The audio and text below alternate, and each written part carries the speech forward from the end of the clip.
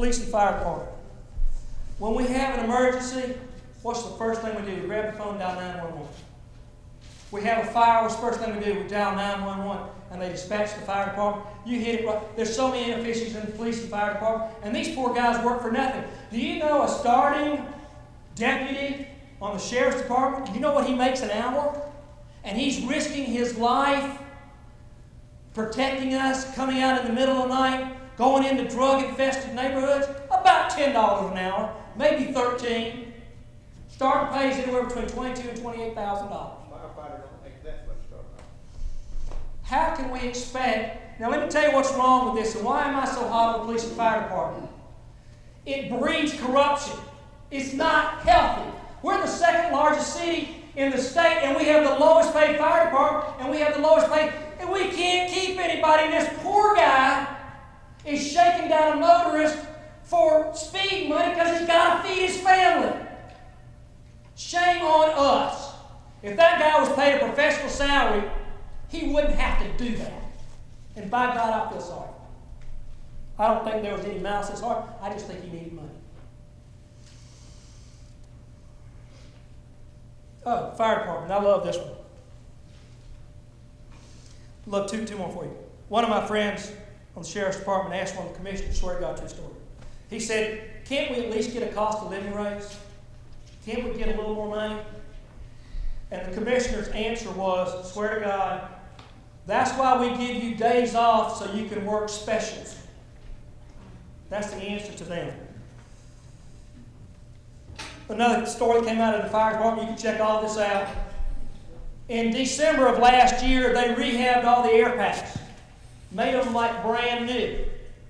The company that rehabbed the air packs, guess what? Traded them in January, 30 days later. Does that smell like there's a little something under the table? We go to make your air packs like new, and then we're going to trade them in and sell you new air packs. So it's called double dipping, but there's no sprinkles on top. Okay, next sign. Next sign. CH2M Hill. Oh my God. If anybody should be suing anybody, CH2M Hill should be suing us. What is wrong with this picture? We complete our job ahead of schedule and under budget, so you're going to fire us. When CH2M Hill started being one of the contractors for the city, they just don't pop up a tent and go to work. They invest millions of dollars because they're going to have a 10-year contract. Everybody understand that? So they've invested millions of dollars, and listen to this. All of a sudden, politicians start shaking them down. Well, you need to use this subcontractor. You need to use that subcontractor. They don't have to go through the bidding process, but you have to use them, and you can't bail on us because you invested millions of dollars in this community. Am I lying?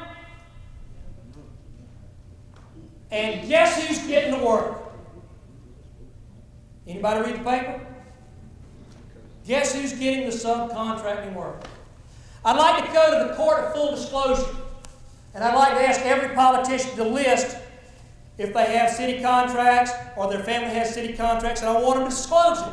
You can still do it, just disclose it. Because are they getting the bids from who they knew, or are they getting from the who they got the job, or are they just giving them to them because, you see what I'm saying? Oh my God, CH2M Hill. Woody, I got to add something to Sure. that point. I'm going to steer y'all and then we'll do it on purpose. Right now there's a CH2M Hill brought all $500 million worth of projects that we did the upgrades for the utility system in on time, or ahead of schedule, and on or below budget. They created a safety culture, talking about injuries and sick people. Most of the medical bills that we see, a lot of them are from slip strips and falls on the job that could be prevented by a safety program. But CH2M Hill brought a state-of-the-art management mentality to our utility department. We're on the verge of turning the system over to the people that operated the city system and caused it and allowed it to collapse. They didn't repair the canal. There's $1.2 million in the bank right now to repair the 7th Reach, which according to the official engineering study says needs immediate attention 4 years ago. They didn't do that when the water was drawn down. We're about to return one of the finest water systems, an investment we all made money in, back over to the people that here's the scary part. They're getting rid of CH2M Hill, but we're at the end of the chess match. The game's almost over. Now is the time we don't need to change drivers in the race car because we're fixing to tie all this infrastructure in, and the learning curve is going to cost us millions. Why dump these guys? Well, you know, my cousin, he's pretty good with a wrench. And you know, and my other brother, he's out of work and he can sort of weld. It's called super glue. And you know what? We can form a company and we don't need a license because we're, oh Lord, let me get off of this subject. Next slide, please.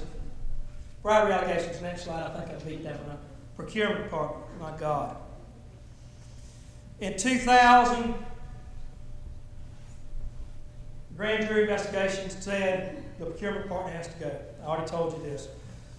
Why is the procurement department still here? What are the salaries in the procurement department? And I don't know if my numbers are right, but I think the total staff salaries for the procurement department are somewhere around $600,000 for all the salaries that support the procurement department. Okay? Kathy, remember that $10,000? And then that $20,000 is $100,000, now it's $1 million, now it's $2 million. Well, let's just say we eliminate the procurement department.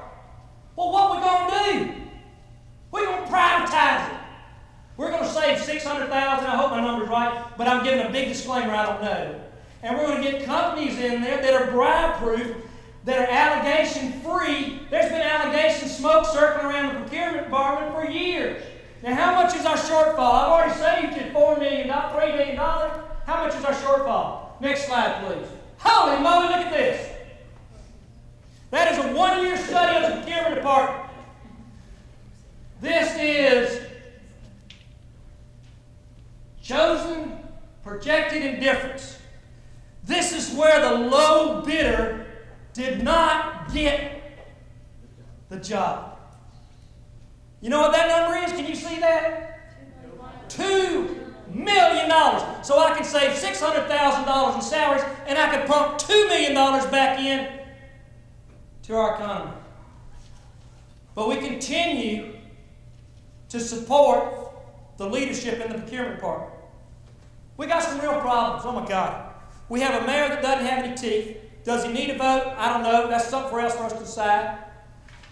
We've got department heads that can't be hired or fired by the city administrator. We got commissioners that turn over every 2 years. There's no way they could get to know all the department heads in 2 years. And we waste $2 million because the procurement department can't make a decision. But procurement department, let me tell you something, the state of Georgia has very clear operating rules of how the procurement department should operate. And one of those rules is you can waive technicalities if it's in benefit or the advantage of the city. State mandate. Our procurement department has their own set of rules and regulations. But they didn't like that. So they created what's called the materialities provision. Well, they didn't like that, so they don't follow it.